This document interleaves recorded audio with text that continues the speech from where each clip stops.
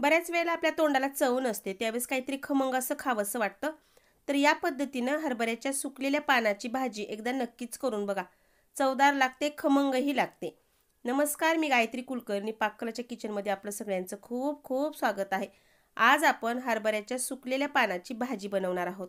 यासाठी लागणारं साहित्य बघणारच आहोत, पण त्याआधी जर चॅनलला सबस्क्राईब केलं असेल तर सबस्क्राईब करायचे, बेल आयकॉनला क्लिक करायचे. त्याचसोबत रेसिपीचं सविस्तर साहित्य डिस्क्रिप्शन बॉक्समध्ये दिले, तेही बघायचं आहे.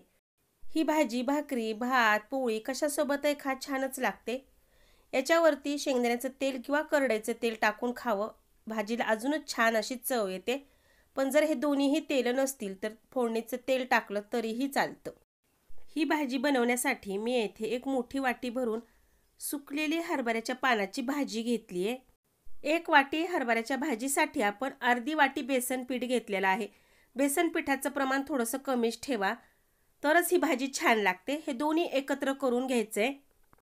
या भाजीसाठी 10-12 लसूण पाकळ्या खुडून घेतल्यात. खुडल्यालाच लसूण घ्या, तरच भाजीला चव अजून छान येते. 2 सुक्या लाल मिरच्या घेतल्यात. सुरुवातीला जाडबुडाची कढई किंवा भांडं गरम करायला ठेवा. त्याच्यामध्ये थोडंसं जास्तीचं तेल घ्या. तेल चांगलं गरम झाल्यानंतर त्यामध्ये मोहरी टाका. मोहरी अगदी व्यवस्थित तडतडून घ्या. 1 चमचा जिरे टाका. सुक्या लाल मिरच्या आणि लसूण टाकून लसूण अगदी व्यवस्थित परतून घ्या. कच्चा राहिला तर चवीला छान लागणार नाही.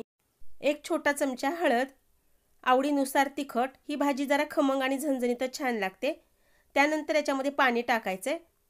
पाणी टाकल्यानंतर मीठ टाका. मीठ टाकून एक उकळी आणून घ्या. उकळी आल्यानंतर त्यामध्ये जे आपण बेसन पीठ आणि हरभऱ्याची भाजी एकत्र करून ठेवलेली होती ती टाकायची.